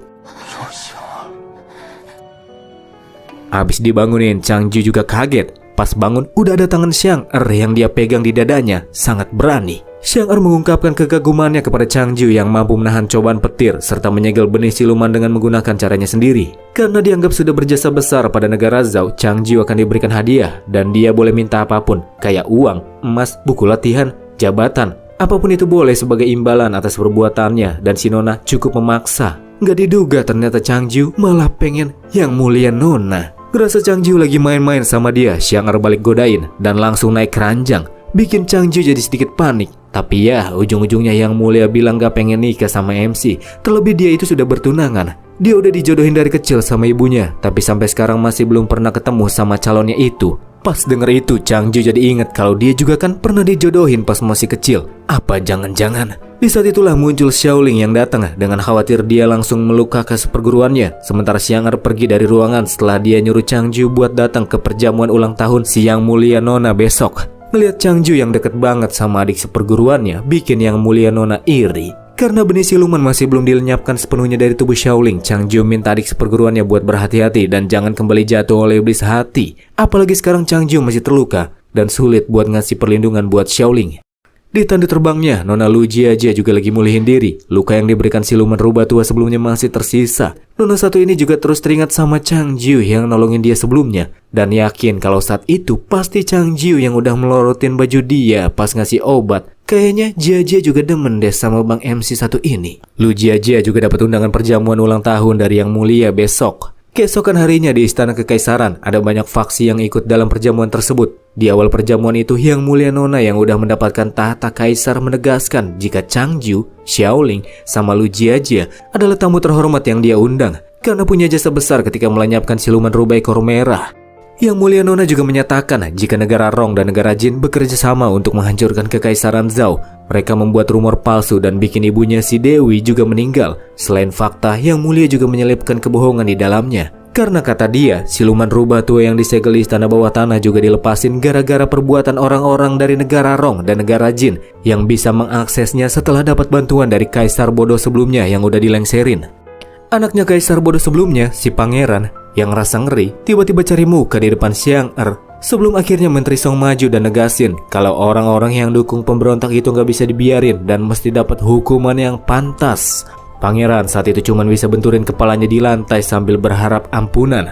Akhirnya masalah itu akan diselesain sama Yang Mulia Nona secara pribadi nantinya. Di lain hal, dia juga menjelaskan kalau di hari ulang tahunnya yang ke-16 itu adalah batas akhir penentuan dari surat pernikahan yang pernah diberikan sama ibunya. Pada awalnya dia ngira gak akan pernah bisa ketemu sama calonnya sebelum akhirnya Chang Jiu muncul. Ternyata Yang Mulia Nona memiliki kecurigaan terhadap Chang Jiu yang muncul dan menunjukkan kebolehannya yang gak biasa selama terjadinya berbagai insiden di kota Zhao, dan ngerasa kalau dia ada hubungannya sama surat pernikahan yang diberikan oleh Ibu Dewi. Yang Mulia Nona tanya apakah Chang Jiu pernah ngeliat surat pernikahan yang sekarang lagi dia pegang. Dari luar sih emang mirip, tapi MC minta buat lihat isi di dalamnya. Hanya saja Yang Mulia langsung ngomong, benar atau tidaknya Chang Jiu merupakan tunangan masa kecilnya. Si Nona gak mau menerima surat pernikahan tersebut. Sama aja kayak ngasih tahu kalau dia gak mau nikah sama Chang Jiu ini sih. Ngasih taunya di depan banyak orang lagi.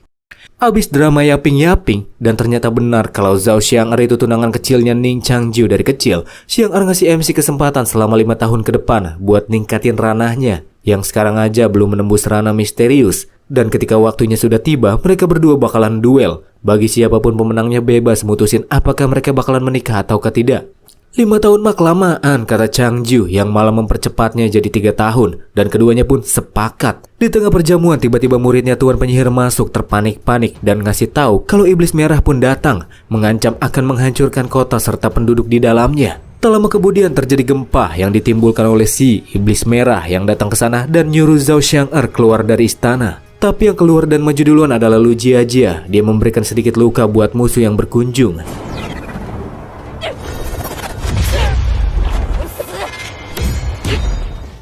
Pas Yang Mulia Nona pengen ikut keluar, Chang Jiu mencegahnya, menyampaikan ada sesuatu yang gak beres. Padahal iblis burung itu gak kuat-kuat amat, tapi bukannya kabur menjauh dari Zhao, dia malah balik lagi dengan begitu berani dan berusaha mancing Xiang'er keluar dari istana.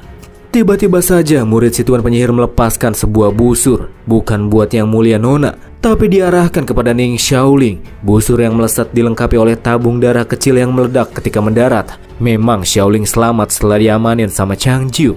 Tapi di bawah lehernya, Xiaoling kena sedikit percikan darah, bukan sekedar darah biasa. Sebab darah itu memicu bangkitnya benih siluman rubah yang mestinya tersegel di dalam kesadaran Xiaoling. Coba mengaktifkan segel perenang, MC malah dihempaskan oleh ledakan kekuatan Xiaoling yang sedang bertransformasi. Untung ada Yang Mulia yang menolongnya. Ternyata darah yang menempel di tubuh Xiaoling adalah darah si iblis merah yang sebelumnya telah tercampur oleh darah rubah ekor merah, sehingga darahnya telah berubah menjadi darah api petir yang dapat memicu benih siluman. Jiajia jadi menyesal karena sebelumnya nggak membunuh iblis burung tersebut. Walaupun Xiaoling sudah menjadi siluman rubah, tapi ketika Chang Jiu memanggil nama adik seperguruannya itu, kesadaran Xiaoling terlihat melakukan perlawanan. Jadi menurut Chang Jiu masih terdapat kesempatan untuk mengambil tindakan. Kalau terlalu lama menunda waktu, yang ada nanti kesadaran Xiaoling malah sepenuhnya dikuasain sama benih siluman itu. Pas pengen meraih tubuh Xiaoling, Chang Jiu malah dihempaskan ke dinding, membuat luka akibat petir sebelumnya yang belum sembuh jadi tambah parah.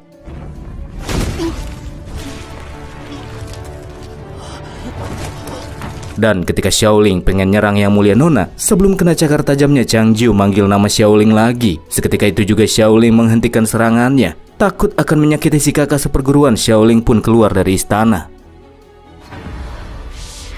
Iblis merah yang melihat Xiaoling keluar langsung mendaratkan jurus boneka laut darah. Dengan itu, iblis merah yakin bisa mengendalikan Xiaoling mode siluman yang telah mencapai ranah istana ungu tingkat awal, dan dia bisa menguasai banyak wilayah di luar kekaisaran ini. Setelah dikendalikan, iblis merah mengatur Xiaoling buat nyerang Jia. Tapi bukannya nyerang Jia, Xiaoling malah balik nyerang si iblis merah. Rubah kuat sepertinya ternyata tidak bisa dikendalikan sama makhluk yang lebih lemah.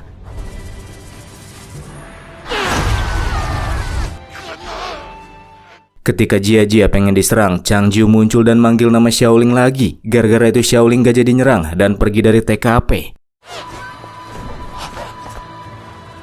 Setelah insiden tersebut, iblis merah ditusuk-tusuk sama Jia sambil diinterogasi. Karena gagal mengendalikan Xiaoling, sekarang dia merasa udah ditipu sama si rubah tua yang sempat ngasih tahu.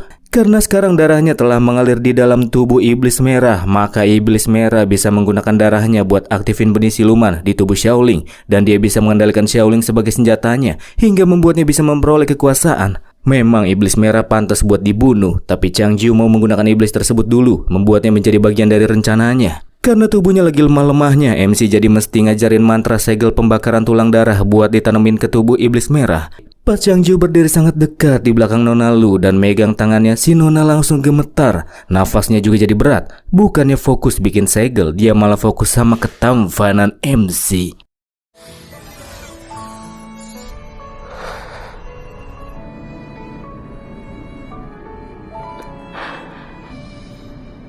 Setelah segel terpasang, indera penglihatan dan penciuman iblis merah jadi lebih jelas. Changju nyuruh dia buat nyari Xiaoling berdasarkan bau dari jimat yang pernah dipegang sama Xiaoling. Iblis merah harus melakukannya kalau nggak mau segel pembakar tulang darah aktif dan menyakitinya, membakarnya sampai tubuhnya habis. Karena cuma diberi waktu 2 jam, iblis merah langsung berangkat, terbang dengan sayapnya yang udah pada bolong-bolong gara-gara ditusuk Jia sebelumnya. Sebelum memulai rencana, Changju juga pengen mulihin diri dulu sebentar di tanduk terbang Jia. Xiaoling yang jatuh di sebuah lokasi masih bertarung dengan benih siluman di dalam tubuhnya. Karena terlalu kuat, hanya tinggal menunggu sebelum kesadaran Xiaoling benar-benar dihancurkan. Iblis merah yang melakukan pencarian akhirnya berhasil menemukan keberadaan Xiaoling. Dia kemudian memberikan tanda di langit buat ngasih tahu Changju dan yang lainnya yang sudah melakukan persiapan. Tak lama kemudian Changju tiba seorang diri di tempat Xiaoling berada, dan Xiaoling terlihat tak ingin menyerang kakak seperguruannya. Tapi tahu-tahu muncul asasin tak dikenal yang nyerang leher Changju. Untungnya cuman moles.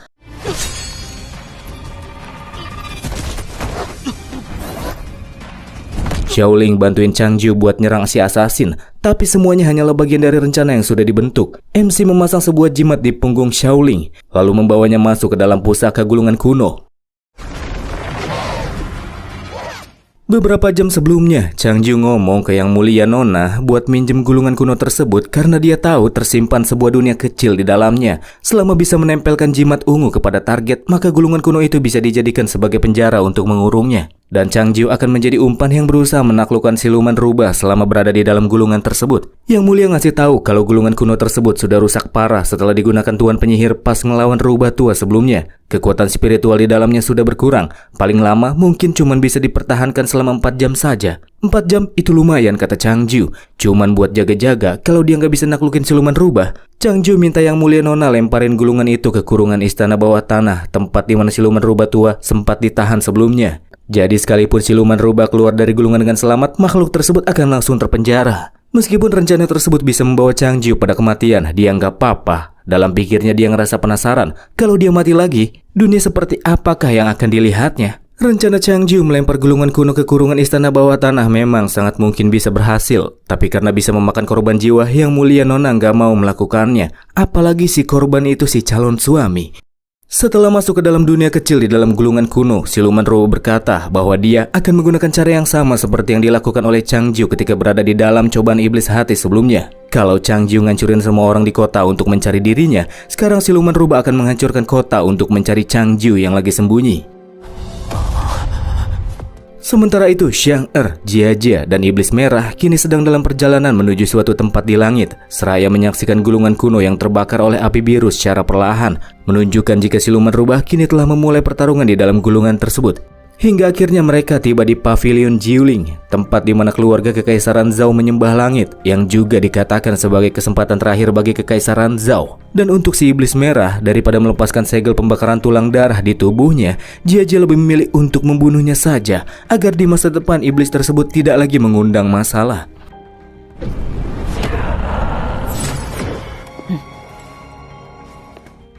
Di saat siluman rubah menghancurkan bangunan-bangunan di dunia kecil gulungan kuno, Changju yang udah berdarah-darah bertanya-tanya apakah dia bakalan mati di tempat tersebut setelah sebelumnya mati secara nggak jelas di tangan gurunya. Dia kemudian mengingat kata-kata dari kakak seperguruan kedua dari kuil yang pernah bilang di saat menghadapi situasi yang sulit, yang terpenting adalah menemukan simpul kematian. Kata-kata yang mengandung teka-teki. Ketika menghindari reruntuhan bangunan, Changju menjatuhkan surat pernikahannya dengan Zhao Xiang'er.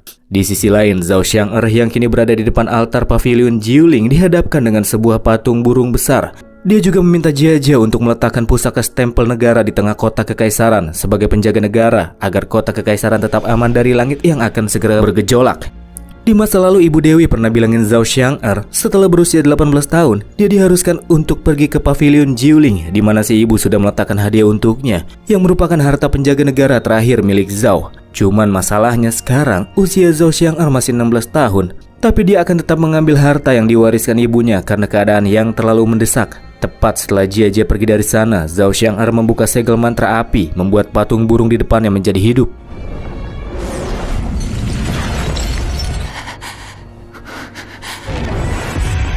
Bersama dengan itu, penasihat negara yang dapat laporan terkait Zhao Xiang'er panik bukan main. Dia langsung siapin diri buat berangkat ke Pavilion Jiuling. Setelah menjadi hidup dan bisa bergerak, burung merah tersebut menyampaikan jika di hari kebangkitannya dia diminta oleh sang dewi untuk menjadi roh suci bentukan dengan Zhao Xiang'er. Setelah memiliki roh suci bentukan, Xiang'er yakin jika dia pasti bisa mengalahkan siluman rubah. Hanya saja si burung menilai Zhao Xiang'er masih terlalu muda dan ranah kekuatannya masih terlalu rendah. Mengikat roh suci bentukan secara paksa hanya akan membuatnya ciloko. Supaya kerja keras dewi nggak sia-sia, Xiang'er diminta buat pergi dan baru kembali 2 tahun lagi. Namun Zhao Xiang'er nggak mau nanti-nanti, pokoknya sekarang, karena sekarang dia sangat membutuhkannya. Di dunia kecil, setelah semua bangunan dihancurkan, Changju udah nggak bisa sembunyi lagi. Ya, memang dia nggak berniat buat sembunyi terus-terusan sih. Siluman rubah yakin kalau Changju pasti pengen lakuin trik yang aneh-aneh lagi. Dan ya, Changju kembali melakukan persiapan. Karena kondisinya sekarang sedang kekurangan energi spiritual, dia akan meminjam beberapa kata dari Guru Agung. Kilauan cahaya yang dibikin sama Changju seketika membawa siluman rubah masuk ke dalam kuil. Berpindah cepat ke burung merah yang menjelaskan mengikat roh suci bentukan akan membawa Xiang'er melintasi 3000 dunia dan mengalami siksaan yang menyakitkan sebagai cobaannya. Sebab roh suci bawaan merupakan sesuatu yang melawan hukum langit dan bumi. Meskipun belum saatnya, tapi Xiang'er tetap ingin mencobanya. Siluman rubah yang kena ilusi Changju kini melihat tempat yang aneh di sekitarnya. Kuil tempat di mana Changju dulu tinggal bersama para kakak seperguruan dan gurunya. Padahal aslinya siluman rubah lagi berada di sekeliling tirai cahaya, tepat di hadapan Changju. Changju tiba-tiba memasukkan kedua tangannya ke dalam tirai cahaya, memegang bahu siluman rubah dan menekannya ke bawah. Tapi gara-gara itu siluman rubah bisa mendaratkan luka yang cukup berat. Cakar tajamnya berhasil menembus tubuh MC. Melihat gulungan kuno yang terus terbakar, Xiang'er mendesak si burung merah untuk segera memulai cobaannya. Dan burung merah menyampaikan sekalipun Xiang'er bisa melewati 3000 dunia, terdapat kemungkinan munculnya iblis langit. Iblis langit adalah makhluk spesial yang khusus menyerap kekuatan spiritual dan kekuatannya berada di atas ranah istana ungu. Makhluk itu akan datang setelah merasakan kekuatan spiritual Pavilion Jiuling yang telah disiapin Dewi buat anaknya. Kedengarannya memang mengerikan, tapi untuk sekarang bodoh amat. Zhao Xiang'er langsung naik ke atas tubuh burung merah dan memulai cobaan melintasi 3000 dunia.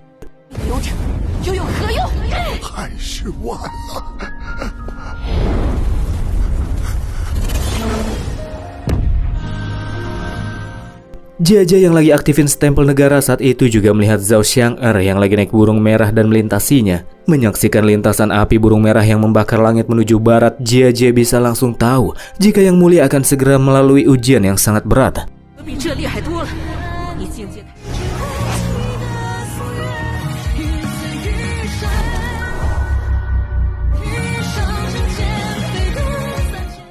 Changju yang tubuhnya udah ditembus masih melakukan perlawanan. Saat itu siluman rubah bisa merasakan kekuatannya semakin lama semakin berkurang. Siluman rubah juga sadar sebenarnya Changju bisa membunuhnya. Hanya saja MC nggak berani melakukannya karena jika dia membunuh siluman rubah, Xiaoling juga akan ikut mati. Tiba-tiba saja Changju masukin kepalanya ke dunia ilusi. Tepat di depan siluman rubah ia berkata, jika sang guru agung ingin membunuhnya seharusnya dia nggak bakalan hidup lagi kayak sekarang. Dan dia adalah simpul kematian yang dimaksudkan. Changju mengambil kata yang ada di dalam surat pernikahan yang menjadi segel mantra selamanya sehati, lalu menanamkannya ke dahi Xiaoling. Dan ketika mereka berdua telah saling terhubung, Changju jadi bisa mengakses masuk ke dalam kesadaran Xiaoling. Dia menarik benih siluman itu keluar dari tubuh si adik seperguruan secara paksa. Ini juga merupakan metode yang digunakan oleh guru agung Ning Changju ketika ngeluarin roh suci bawaannya sebelum membunuhnya. Ternyata alasan gurunya melakukan itu di masa lalu adalah petunjuk bagi Changju buat ngatasin situasi saat ini.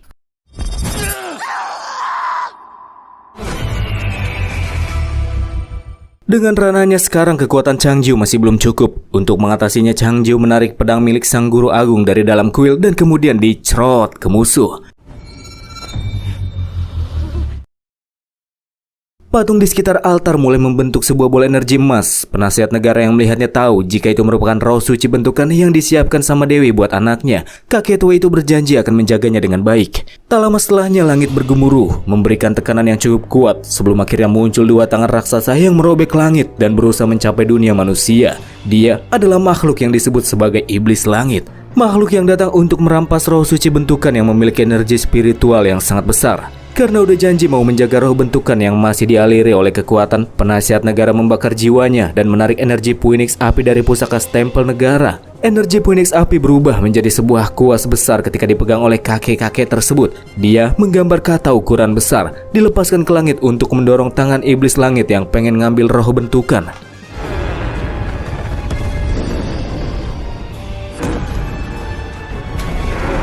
Untunglah Zhao Xiang'er datang lebih cepat dari yang diperkirakan dan telah menyelesaikan cobaan 3000 dunia dengan sukses. Ngetes kemampuan musuh, bersama burung merah Zhao Xiang'er terbang mendekati iblis langit lalu melepaskan beberapa bola api ke arahnya. Tapi serangan si burung merah langsung dilibas dengan tembakan laser keunguan musuh dan malah justru si burung merah yang dibuat tumbang terlebih dahulu. Itu cukup menunjukkan seberapa mengerikan dan kuatnya si iblis langit. Makanya sebelum terlambat Xiang'er diminta untuk langsung melakukan langkah terakhir, yakni mengikat kontrak dengan roh suci bentukan. Di arah lain, meskipun gak bisa ngalahin iblis langit yang padahal baru muncul setengah badan, tapi penasihat negara akan mengulur waktu supaya Xiang'er bisa menyelesaikan langkah terakhirnya. Ketika Xiang'er mulai mengikat roh suci bentukan, si kakek tua naik ke udara dan mulai menggambar kata dengan sisa-sisa kekuatannya. Menggambar satu goresan saja rasanya membebani tubuh Pak Tua tersebut. Sambil batuk-batuk darah, penasihat negara ngomong ke Xiang'er kalau itu akan menjadi kata terakhir yang bisa dirinya buat. Lebih besar dan lebih kuat dari sebelumnya. Sampai-sampai si iblis langit dibuat terdorong mundur. Hanya saja Pak Tua satu itu mesti meninggal dengan tubuhnya yang mulai memudar di udara.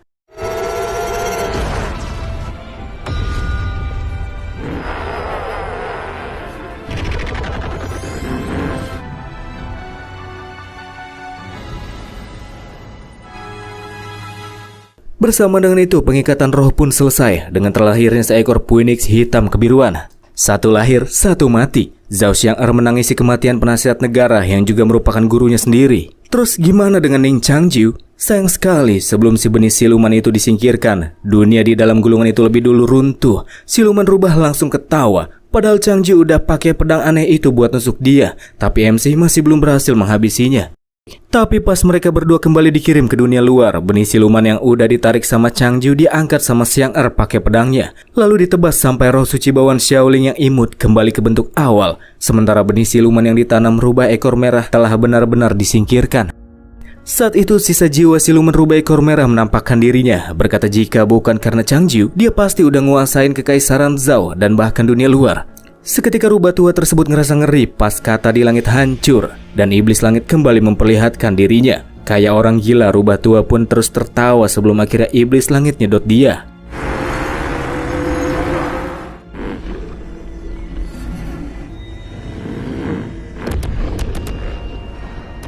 Iblis langit disebut juga sebagai pelahap jiwa sama Changju. Mereka itu makhluk khusus yang menelan kekuatan spiritual yang mengambang di udara dan terlepas dari laut kehampaan yang berada di atas negara dewa, membuatnya menjadi entitas dengan ranah kekuatan yang sangat tinggi. Kalau sampai membiarkan iblis tersebut turun, maka nggak ada satupun orang di kekaisaran Zhao yang bisa menghentikannya. Karena makhluk itu sangat kuat, Changju nggak bakalan biarin Yang Mulia Nona bertarung sendirian. Walaupun dia udah punya roh bentukan, tapi itu masih belum cukup. Ada juga Lu Jiajie yang dengan sukarela membantu, apalagi dia sudah terlibat dengan banyak masalah di Zhao. Tapi karena nggak mau melibatkan orang lain dan berpikir jika iblis langit itu datang cuma untuk mengincar roh bentukannya, Xiang Er maju seorang diri, menghindari serangan bola-bola tengkorak keunguan yang dilepasin sama musuh, lalu mendaratkan sebuah serangan pedang dibantu sama roh sucinya.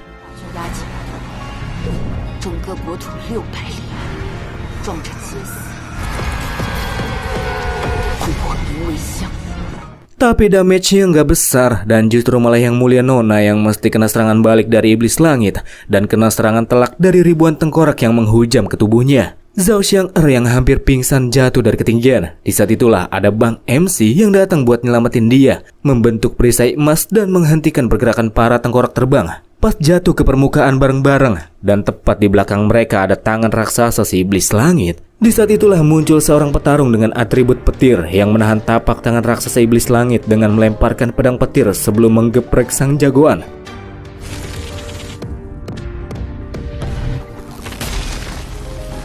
Cukup mengejutkan bagi Changju setelah mengetahui bahwa itu adalah si kakak seperguruan keduanya, pria yang terlihat cukup nyentrik. Changju tiba-tiba bergerak mengambil pedang petir kakak seperguruan yang menancap di permukaan dan satset mendekati iblis langit. Pas dipegang sama Changju, pedang atribut petir itu berubah menjadi pedang api. Menurut kakak kedua, meskipun cukup lincah, tapi kekuatan Changju sangat kurang. Di tengah pertarungan, dia pun kena gencet tepuk tangan raksasa musuh. Setelah mengingat beberapa kenangan suram, Changju menghempaskan tangan musuh, melepaskan kekuatan api yang besar. Luka berat di tubuhnya juga terlihat sudah menutup, dan dia kemudian menggunakan seluruh kekuatannya untuk menciptakan satu serangan tembasan vertikal, melenyapkan musuh dengan satu serangan.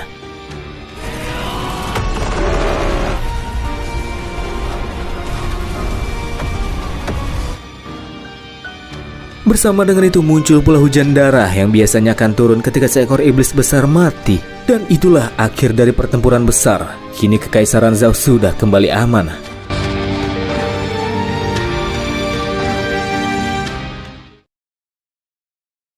Kemenangan bisa diraih juga karena Changju, seseorang yang paling lemah di antara para petarung di sana, namun selalu ingin melindungi orang lain. Inilah yang bikin Lu Jiajie kagum sama beliau. Changju kembali sadar setelah pertarungan sambil terus memegang pedang sang guru. Tak lama setelah Changju sadar, Xiaoling juga akhirnya kembali sadar. Dan itulah happy ending season pertama dari serial Over the Divine Realm. Terima kasih buat teman-teman yang udah nonton sampai menit terakhir. Like jika suka dengan konten ini, dislike kalau nggak suka, dan bye.